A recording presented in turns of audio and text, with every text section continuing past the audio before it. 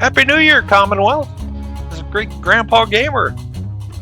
We're building our giant, Joe Slocum. Oh yeah, he's coming together well. I'm going to show you how to do the parts that you see there. And we're going to build his entire body today. Oh yeah, we're going to put him together. He'll look like a giant by the time we're all done. First off, how did I do the neck? I used the Auto Forge Deluxe. So I'm just going to stack round conduits on top of each other. We'll use the chiller to raise it up, straight up. There we are. That's the orientation piece. That's the transition piece. And from that, we could rebuild our curve in exactly the right spot. I believe I did 11. You can do more, you can do less, depending on how you feel.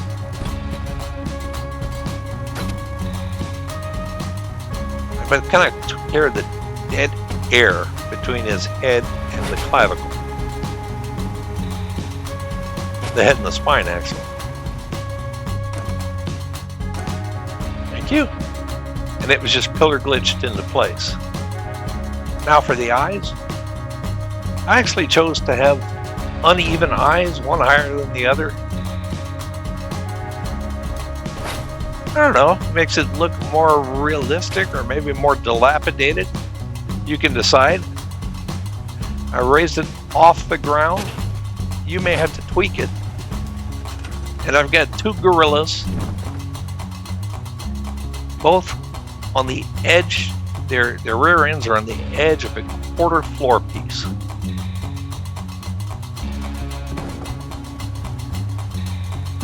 And I can move those two floor pieces together. Normally they'd snap, except that gorilla's preventing the snapping, but I can still squeeze it underneath there.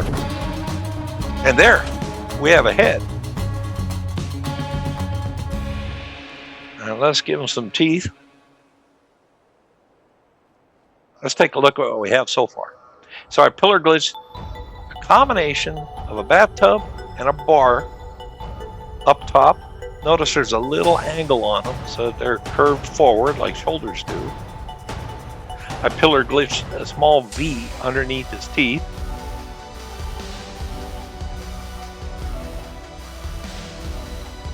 That works. I pillar glitched a super mutant totem up to the shoulder. You'll notice they're not quite connected and they don't look convincing yet. That will be in a different video. We'll cover that, but we do have a way to fix it. It took me a while to know how to fix it. But I did figure it out. Also, I'm going to show you how to pillar glitch with two scaffolds. And it was totally not necessary in this case. One scaffold was plenty tall to pillar glitch that mutant pole. In fact, it would have been easier on me, because I would have had a much better perspective. But no, I thought I needed two. So let's maybe get some use out of it. Okay, just stack your scaffold, group select, and the whole thing becomes one giant pillar. But it can only go as far into the ground as the bottom layer. And as you can see, my totem pole is just a hair too tall. In other words, one scaffold would have done the trick.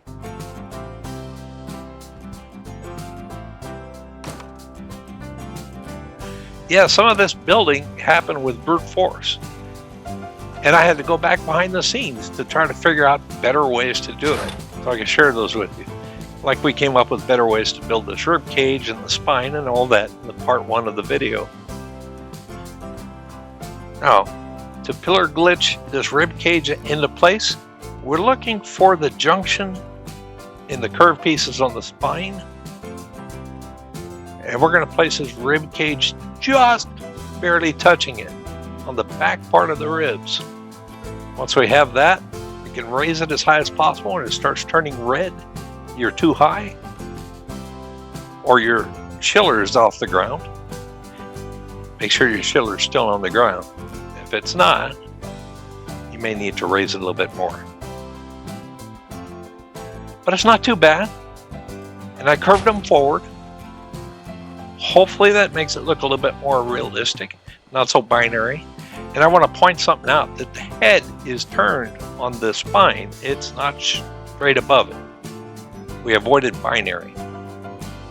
Hey, let's make the forearms and the hands. One of the hands is a weapon stand.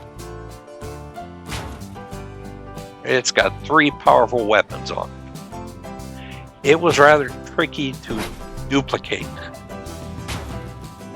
It doesn't mean you can't do a better one yourself or a more pleasing model.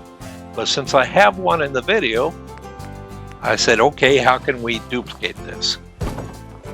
I placed a fork, a downward fork, 2 curved pieces at the bottom, 1 straight away at the top.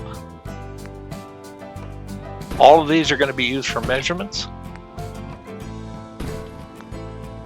So the 2 curves connecting to the fork and the fork itself can go.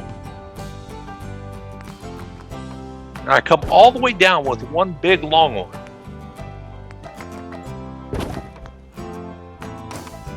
And there I placed a medium downslope, and then I placed the, what is that called? The funnel that comes off of the flooring pieces. Then placed a flooring piece.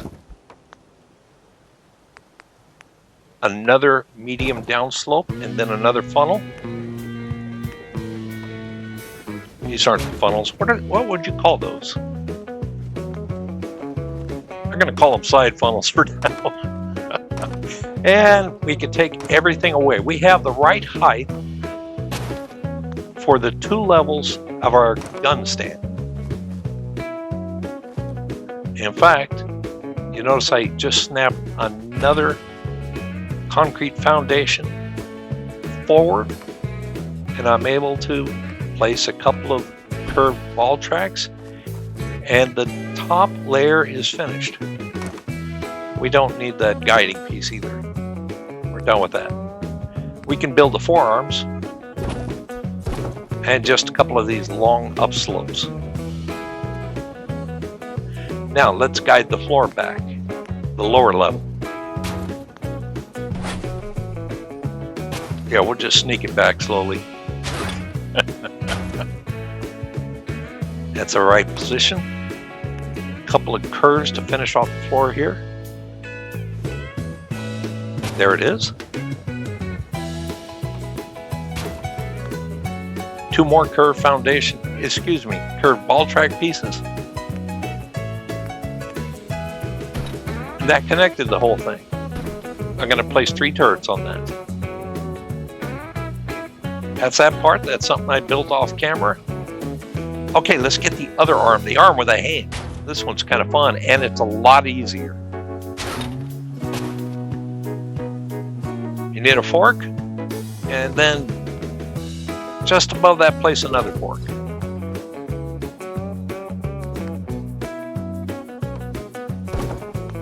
Long, what is it, the largest incline ball track, but the shorter version up the real long one.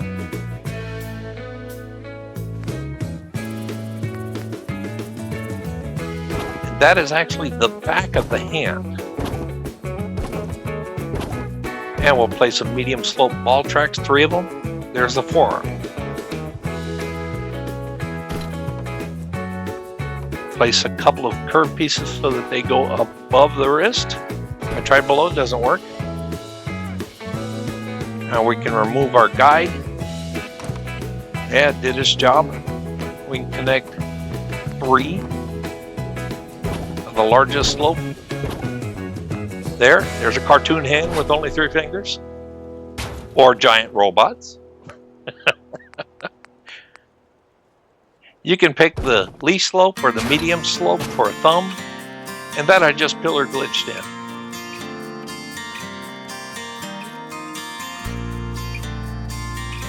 And this will get pillar glitched to the upper arms of our robot. And that's how you build the other hand. I like that one better.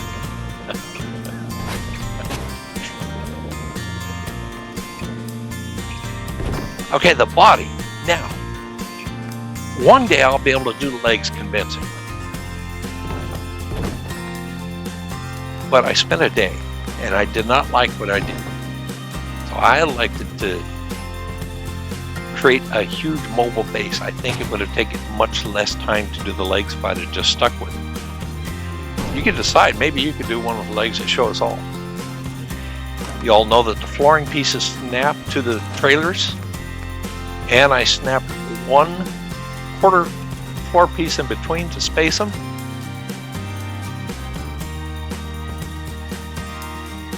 And now it's time to center this thing underneath the hips. All I'm trying to do is get it right. I'm going to place it on the ground, and I don't care if it moved. I know that my left and right orientation are good. I did something off camera that's kind of important. When I stacked the upper spine to the hips, I rotated the hips just a little bit inward from the right. I think it looks more organic, more realistic, but you can decide. You can do straight up and down, or you can rotate a little. Take a look at what you did. It's on the front third of the truck trailers. Now we did this part in part 1. If you're having problems getting that thing low enough, just remove a couple pieces of ribs and replace them. If your ribs don't look like this, don't worry. I did mine off camera, and the ones I showed you in the demo in part 1 look a little bit better. I'm leaving that centerpiece there. And I'll need some elevation.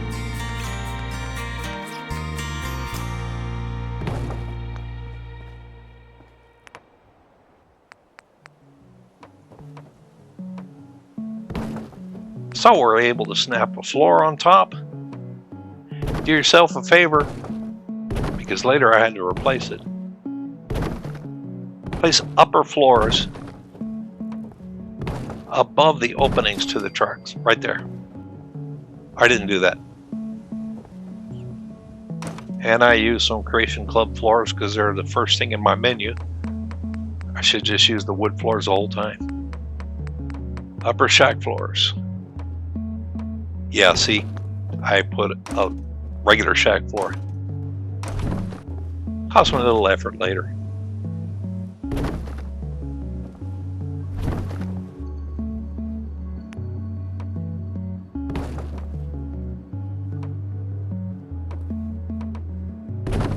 Again, brute forcing this. There we are.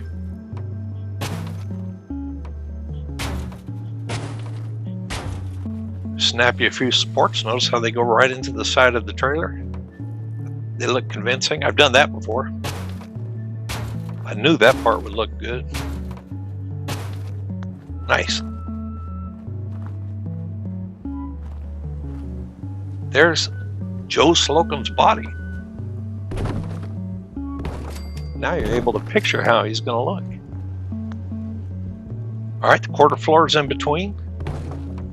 Now I snapped a full-length floor there, but I want to center it on that one piece.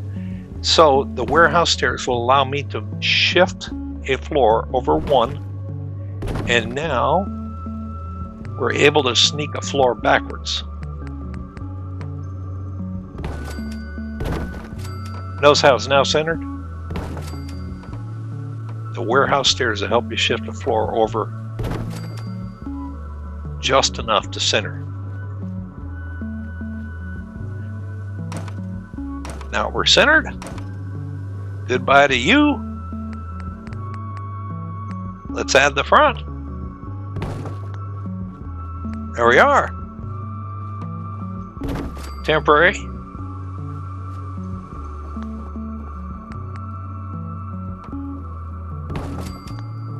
There we go. I had to remove a little bit of my rib cage. The first video builds it correctly, so you probably won't have to remove any to place that little roof up there.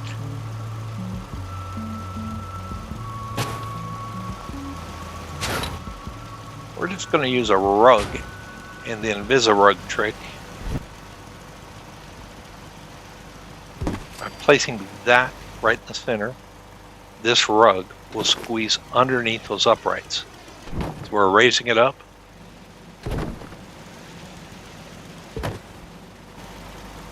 I learned to do this trick from the spool zone, extending it to the rugs to make them invisibly fit in all kinds of places.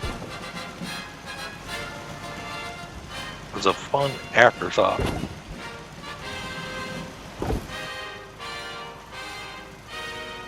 There's Joe Slocum. He's already looking menacing.